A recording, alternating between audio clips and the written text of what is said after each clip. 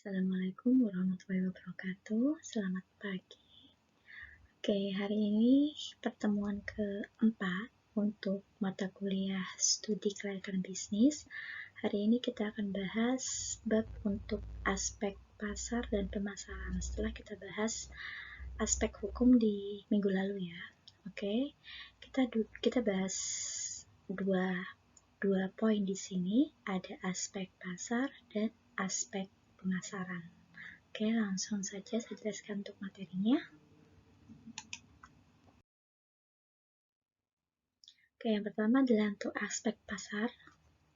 Jadi saya akan jelaskan untuk aspek pasar itu poinnya apa saja.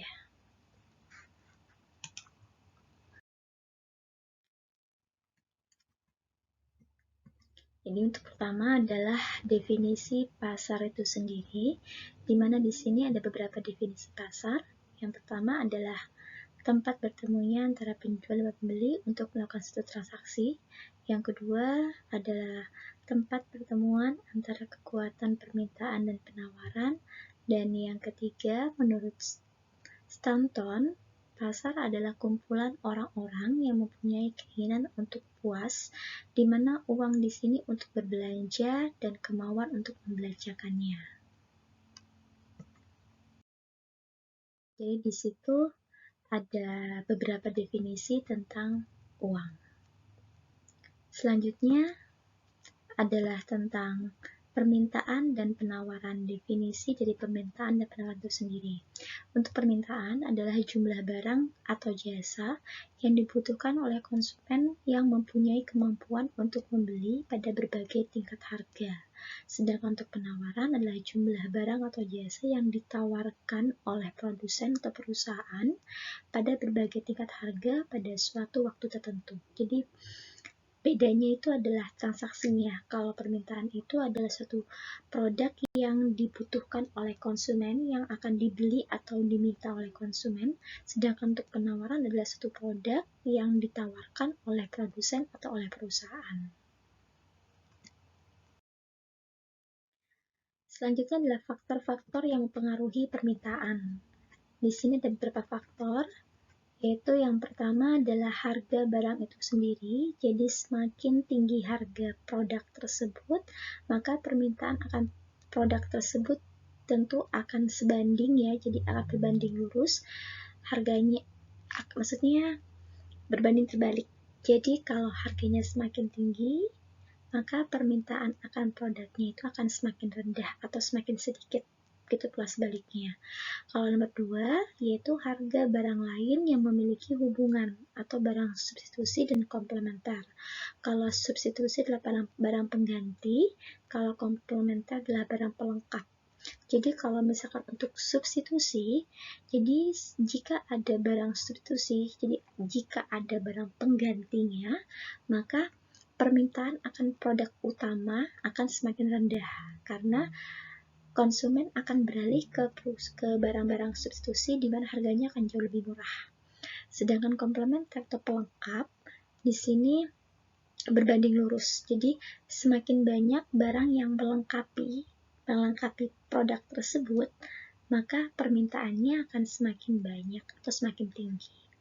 Untuk pendapatan, selera, dan jumlah penduduk di sini berbanding lurus. Jadi semakin tinggi pendapatan, semakin bagus selera konsumen akan produk tersebut, semakin banyak jumlah penduduk, maka permintaan akan suatu produk, baik itu barang ataupun jasa, akan semakin tinggi. Dan yang keenam adalah pengaruh-pengaruh khusus lainnya, jadi selain poin 1 sampai poin 5. Sedangkan selanjutnya adalah faktor-faktor yang mempengaruhi penawaran. Untuk yang tadi adalah faktor yang mempengaruhi permintaan, kalau di slide selanjutnya adalah faktor yang mempengaruhi penawaran, di mana juga ada 6 poin di sini. Yang pertama adalah harga barang itu sendiri. Jadi semakin tinggi harga barang yang ditawarkan, maka jumlah produk yang ditawarkan itu juga akan semakin tinggi. Jadi berbanding lurus. Kalau yang kedua, harga barang lain entah itu substitusi ataupun komplementer, itu berbanding terbalik. Jadi kalau misalkan ada barang substitusi, otomatis barang yang ditawarkan oleh perusahaan atau produsen itu akan semakin sedikit karena sudah ada produk lain yang menggantikan produk tersebut. Terus komplementer, kalau komplementer itu sebanding atau berbanding lurus ya. Untuk teknologi, biaya produksi, kemudian tujuan perusahaan, itu semuanya berbanding lurus. Jadi semakin canggih teknologi yang dipakai, semakin besar biaya produksi yang diperlukan, kemudian semakin banyak tujuan perusahaan yang ingin dicapai, maka produk yang ditawarkan oleh perusahaan atau produsen akan semakin besar.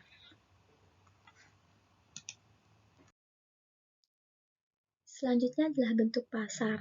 Bentuk pasar dilihat dari sisi produsen atau banyaknya penjual. Di sini dibagi menjadi 4, yaitu pasar persaingan sempurna, pasar persaingan monopolistik, monopoli, dan oligopoli. Oke, nanti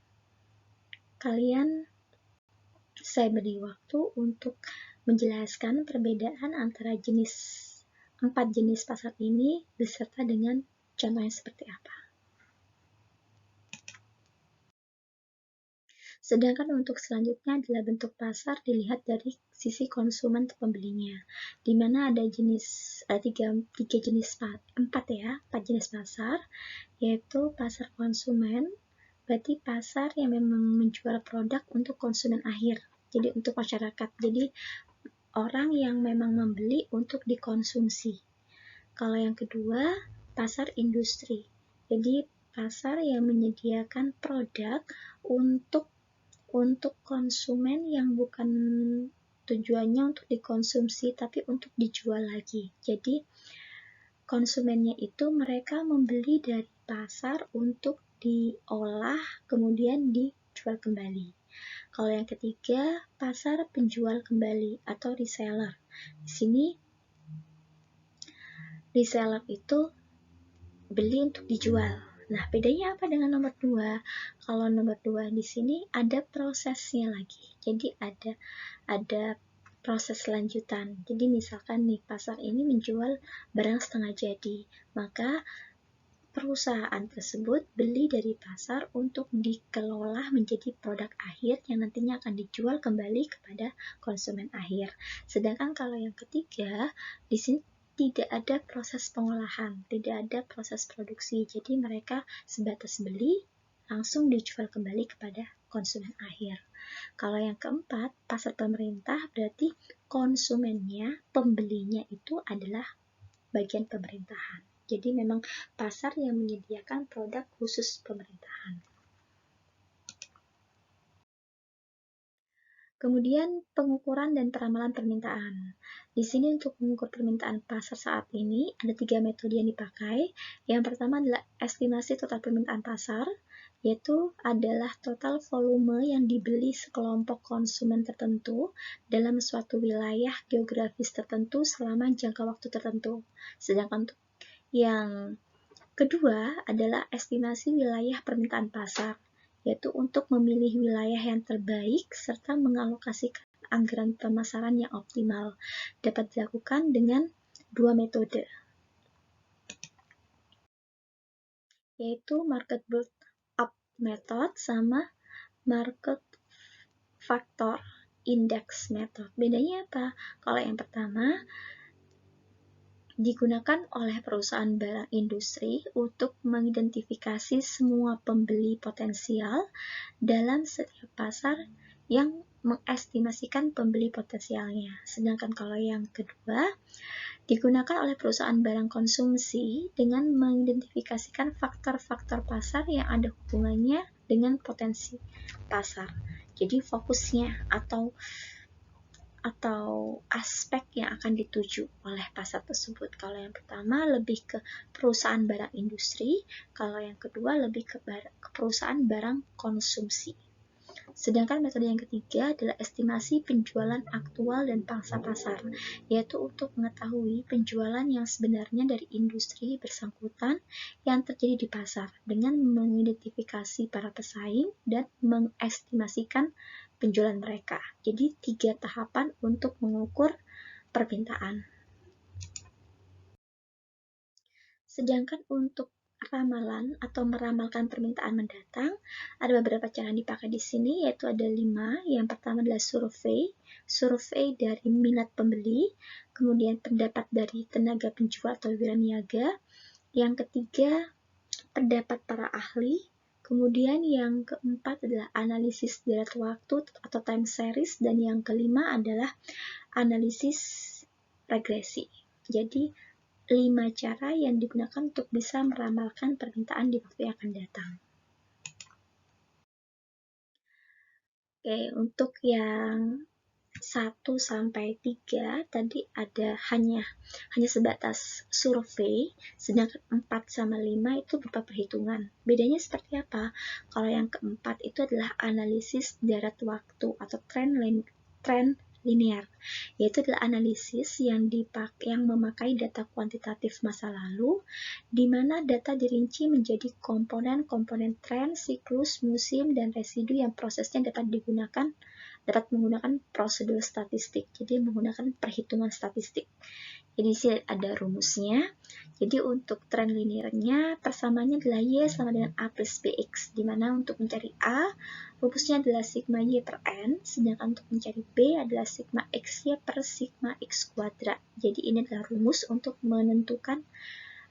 meramalkan permintaan menggunakan analisis deret waktu.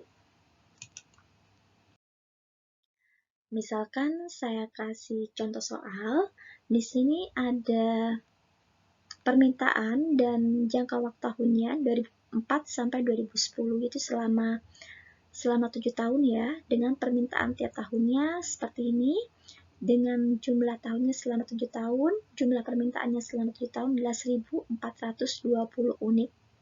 Maka untuk mencari atau meramalkan permintaan menggunakan analisis deret waktu, di sini harus mencari X kuadrat, dan X-nya terlebih dahulu, sebelum masuk ke persamaan Y sama dengan A plus BX. Jadi mencari X-nya, untuk mencari X di sini adalah kita mencari patokan atau garis tengahnya dulu. Jadi karena di sini ada jumlahnya adalah ganjil, berarti untuk nilai tengahnya itu sama dengan 0. Di atas 0 itu tanda negatif, kemudian di bawah 0 positif. Jadi 0, min 1, min 2, min 3, 1, 2, 3.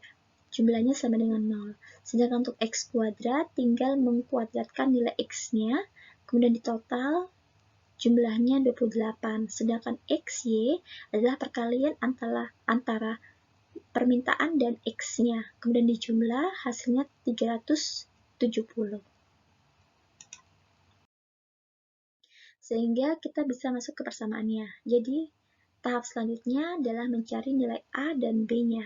Untuk A-nya adalah sigma Y per N, sigma Y-nya ditemukan 1420, sedangkan N-nya adalah 7, sehingga A ditemukan 202,86, sedangkan B-nya sigma XY per sigma X kuadrat, nilainya 13,21, sehingga Y sama dengan A plus BX, A dan B-nya tinggal dimasukkan dalam persamaan tersebut, sehingga menjadi Y sama dengan 202,86 ditambah 13,21X. Maka yang ditanyakan adalah berapakah nilai penjualan untuk tahun 2011. Nah, tadi yang terakhir ada tahun 2010 dengan nilai X-nya adalah 3. Sehingga untuk tahun 2011, berarti kan di bawahnya, otomatis nilai X-nya adalah setelah itu, yaitu nilainya adalah 4. Berarti setelah masuk ke persamaan, Y sama dengan A plus BX, A-nya dimasukkan nilai yang tadi, B-nya yang tadi, X-nya itu diganti dengan angka 4. Sehingga Y yang ditemukan adalah sebanyak 256 unit. Jadi pada tahun 2011, maka ditemukan jumlah atau nilai penjualannya adalah sebanyak 256 unit. Ini untuk analisis deret waktu.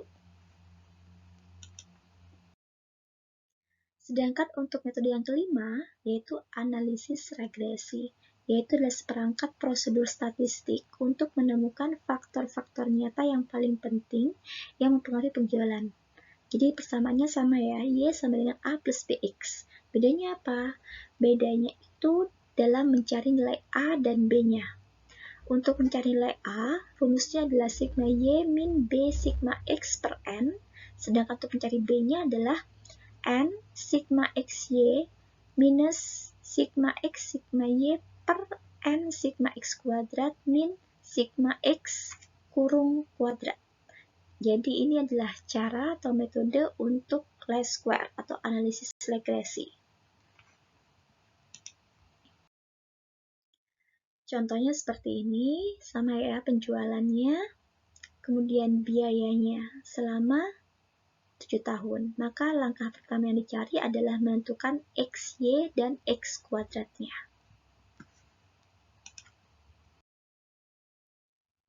Oke. Y-nya adalah penjualan, X-nya adalah biaya, sehingga untuk mencari XY adalah tinggal mengalihkan penjualan dikali biaya. Kemudian X kuadrat berarti biayanya dikuadratkan. Kemudian di total, untuk XY-nya adalah 150.366, sedangkan untuk yang X kuadrat 142.887. Tahap selanjutnya mencari nilai A dan B-nya menggunakan rumus yang regresi. Jadi setelah dihitung, nilai A-nya ketemu 179,49, sedangkan B-nya minus 0,2. Sehingga setelah dimasukkan dalam persamaan, Y sama dengan A plus BX, maka menjadi 179,49 minus 0,2X. Itulah persamaan regresinya.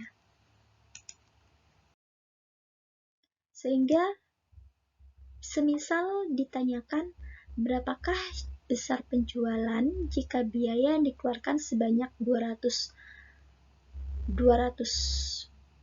rupiah, maka tinggal dimasukkan saja ke persamaan terakhir dengan mengganti X-nya sebesar 200.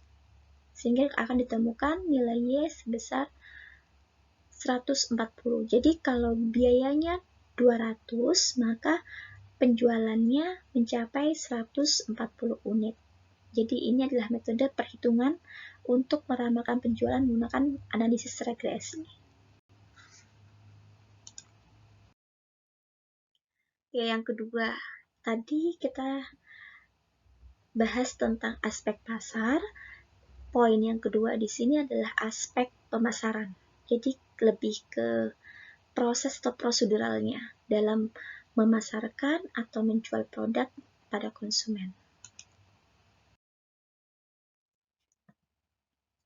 Pemasaran di sini untuk definisinya menurut Stanton adalah keseluruhan sistem yang berhubungan dengan kegiatan usaha yang bertujuan untuk merencanakan, penentuan harga, hingga mempromosikan dan mendistribusikan barang atau jasa yang akan memuaskan kebutuhan pembeli, baik dalam bentuk aktual ataupun dalam bentuk potensial, di mana agar bisnis yang dijalankan di sini dapat berjalan dengan baik, maka perlu dilakukan strategi bersaing yang tepat, di mana untuk unsur strategi persaingannya itu meliputi penentuan segmentasi pasar, pasar sasaran, dan posisi pasar.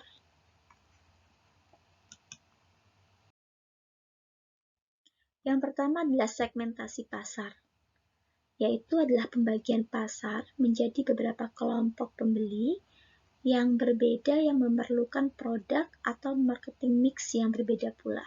Jadi, mensegmentasikan atau mengelompokkan konsumennya sehingga untuk produk dan marketing mix yang berlaku untuk setiap segmen itu berbeda. Di mana untuk variabel dalam melakukan segmentasi pasar, di sini ada beberapa variabel yang dipertimbangkan. Yang pertama adalah segmentasi berdasarkan geografis. Jadi berdasarkan letak geografis atau daerah, yaitu misalkan bangsa, provinsi, kabupaten, kecamatan, atau iklim. Jadi orang yang berada dalam provinsi yang berbeda, maka akan diberikan atau ditawarkan produk yang berbeda. Begitu pula misalkan untuk kabupaten, kecamatan, atau iklim. Jadi kalau berada di kabupaten, kecamatan, bangsa, atau provinsi yang berbeda, maka akan ditawarkan suatu produk yang berbeda sesuai dengan daerahnya. Yang kedua, segmentasi berdasarkan demografis. Maksudnya di sini berdasarkan umur, jenis kelamin, ukuran keluarga, pendapatan, pekerjaan, pendidikan, dan agama. Jadi segmentasinya itu berdasarkan poin-poin tersebut dari umur sampai agama. Terus yang ketiga, segmentasi berdasarkan psikografis.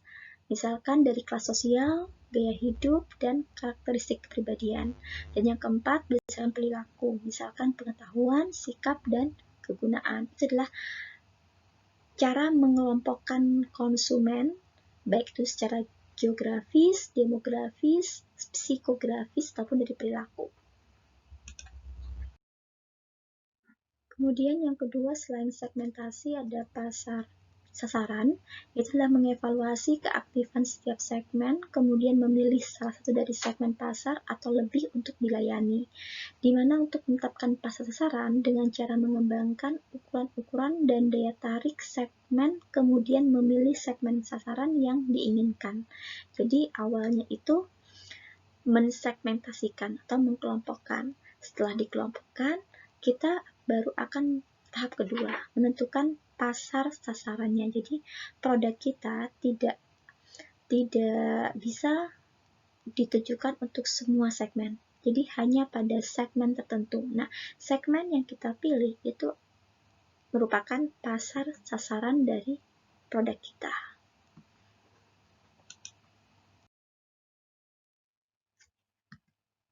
Kemudian posisi pasar, yaitu adalah menentukan posisi yang kompetitif untuk produk, yaitu bagaimana posisi suatu produk yang didefinisikan oleh konsumen atas dasar atribut-atributnya. Jadi di sini tujuannya adalah untuk membangun dan mengkomunikasikan keunggulan bersaing produk yang dihasilkan ke dalam benak konsumen. Jadi membuat suatu kreativitas, jadi agar konsumen itu dapat dengan mudah mengingat produk kita. Jadi misalkan dengan iklan atau slogan tertentu. Jadi kalau misalkan dengan menyebut slogan tersebut atau iklan tersebut, kita akan dapat dengan mudah mengingat produk yang dimaksud. Strategi penentuan posisi pasar. Ada 5 strategi di sini yang bisa dipakai. Yang pertama adalah atas dasar atribut. Jadi harganya murah atau mahal. Yang kedua, kesempatan penggunaan, misalkan sebagai minuman energi atau kesehatan. Yang ketiga, menurut kelas pengguna, untuk dewasa, orang tua, atau untuk anak-anak. Yang keempat, langsung menghadapi pesaing. Jadi, kami nomor satu. Jadi, punya slogan seperti itu, kami nomor satu. Jadi, kalau misalkan konsumen membaca slogan tersebut, maka konsumen akan dengan mudah mengingat produk tersebut. Yang kelima adalah kelas produk, yaitu untuk kecantikan, kesehatan, ataupun untuk kebutuhan sehari-hari. Jadi, strategi dalam penentuan posisi pasar, ada 5 strategi yang bisa dipakai oleh perusahaan. Kemudian yang pertama, di sini adalah untuk strategi bauran pemasaran atau marketing mix. Jadi ada 4P, yaitu product, place, dan promotion. Jadi produk, kemudian tempat atau distribusi, kemudian harga, dan promosi. Untuk yang pertama adalah strategi produk, yaitu suatu yang dapat ditawarkan ke pasar untuk mendapatkan perhatian untuk dibeli, digunakan, atau dikonsumsi yang dapat memenuhi keinginan dan kebutuhan dari konsumen. Strateginya yaitu menentukan logo dan moto, menciptakan merek, menciptakan kemasan, ataupun keputusan label. Jadi ada 4 cara untuk strategi produk yang bisa dilakukan oleh perusahaan. Kemudian yang kedua, strategi harga. Itu sejumlah nilai yang ditukarkan konsumen dengan manfaat memilih produk yang nilainya ditetapkan oleh pembeli atau penjual melalui tawar-menawar atau tetapkan penjual dengan satu harga yang sama terhadap semua pembeli. Tujuannya di sini adalah ada 5 tujuan yang dipakai untuk bertahan hidup, maksimalkan keuntungan, memperbesar market share, mutu produk, atau pesaing. Jadi, metode penentuan harganya, dasar penentuannya itu ada 5, tergantung dari perusahaan menggunakan dasar atau patokan yang mana. Apakah berdasarkan untuk bertahan hidup, untuk mutu produk, atau untuk bisa bersaing dengan perusahaan lainnya. Kemudian metode untuk penetapan harganya ada 4 di sini, ada cost plus pricing dengan markup, kemudian break even pricing, dan perceived value pricing. Jadi ada 4 metode di sini. Nanti lanjutan dari yang tadi ya. Jadi nanti kalian juga diberi waktu untuk mendeskripsikan, untuk menjabarkan perbedaan dari 4 metode ini seperti apa. Kemudian yang ketiga, strategi saluran distribusi, yaitu adalah suatu jaringan dari organisasi dan fungsi-fungsinya yang menghubungkan produsen dengan konsumen akhir. Jadi perantara yang menghubungkan produsen kepada konsumen. Kemudian dasar penentuan saluran distribusi produk dengan tingkat saluran distribusi ada 4 alur di sini. Yang pertama dari produsen pada konsumen. Yang ketiga dari produsen melalui pengecer baru ke konsumen. Yang keempat dari produsen melalui grosir, pengecer baru ke konsumen. Yang keempat dari produsen, agen, grosir, pengecer, baru ke konsumen. Jadi ada 4 alur. Biasanya di sini berlaku untuk suatu jenis produk tertentu. Jadi nanti kalian juga diberi waktu untuk menjelaskan kira-kira kalau alur pertama itu cocok untuk penjualan produk seperti apa. Sampai alur keempat. Jadi alur 1 sampai 4 itu cocok untuk perusahaan seperti apa atau untuk menjual produk jenis seperti apa. Kemudian yang keempat adalah strategi promosi, yaitu adalah cara mengkomunikasikan produk kepada masyarakat agar produk itu dikenal dan dibeli oleh konsumen. Jadi bagaimana perusahaan itu mempromosikan produknya sehingga dikenal sampai dikonsumsi oleh konsumen akhir. Kemudian strategi yang dipakai untuk marketing mix, yaitu yang pertama adalah periklanan.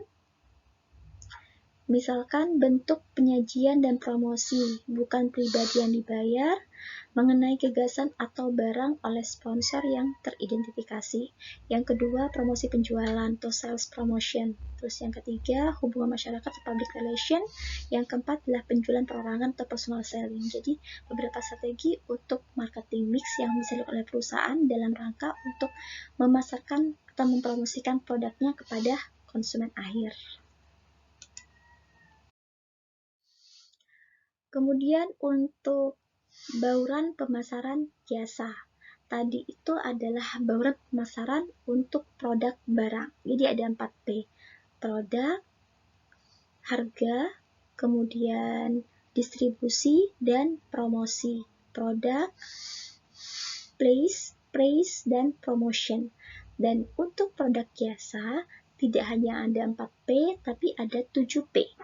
Jadi 4P yang tadi dan tambahan 3P lainnya, yaitu yang pertama adalah people atau orangnya. Jadi yang dibahas di sini adalah semua partisipan yang memainkan sebagai penyajian jasa. Sebagian penyajian jasa yaitu peran selama proses dan konsumsi berlangsung dalam waktu real jasa dan dapat mempengaruhi persepsi pembeli. Jadi proses servisnya dari awal sampai akhir kan melibatkan orang. Nah, orang yang menyampaikan jasa tersebut ini adalah poin yang ke-5. yaitu people atau orangnya atau karyawannya. Terus yang kedua berarti yang keenam ya, adalah bukti fisik atau physical evidence, yaitu suatu lingkungan fisik di mana jasa disampaikan dan di mana perusahaan dan konsumen berinteraksi, dan setiap konsumen tangible memfasilitasi penampilan atau komunikasi jasa tersebut. Jadi bukti fisiknya. Dan yang terakhir, yang ketujuh, adalah proses jasa itu sendiri, prosesnya, yaitu proses mencerminkan bagaimana suatu elemen berpermasalahan jasa dikoordinasikan untuk menjamin kualitas dan konsistensi jasa yang diberikan kepada konsumen. Jadi, marketing mix untuk barang ada 4P, sedangkan untuk yang jasa ada 7P. Jadi, untuk barang ada product, price, place, dan promotion. Kalau untuk jasa ada tambahan 3P lagi, yaitu people, physical evidence, dan proses. Jadi 7P. Oke. Saya ingat kembali, tadi ada beberapa tugas yang harus kalian deskripsikan, yaitu diantaranya adalah jenis pasar, kemudian proses penetapan harga. Jadi kalian deskripsikan perbedaan untuk per poinnya seperti apa, dan kalau bisa juga disertakan dengan contoh realnya seperti apa. Jadi bisa lebih mudah untuk menjabarkan, untuk mengelompokkan dengan jelas, sehingga teman-teman yang lain tuh bisa lebih mudah untuk memahaminya. Oke, kalau misalkan nanti pada saat kalian mempelajari atau mendengarkan video ini, ada hal-hal atau poin-poin yang kurang dipahami, nanti kita langsung bahas di forum Classroom. Oke, mungkin itu saja materi yang saya bisa jelaskan untuk bab aspek pasar dan pemasaran hari ini. Kurang lebihnya saya mohon maaf. Wassalamualaikum warahmatullahi wabarakatuh.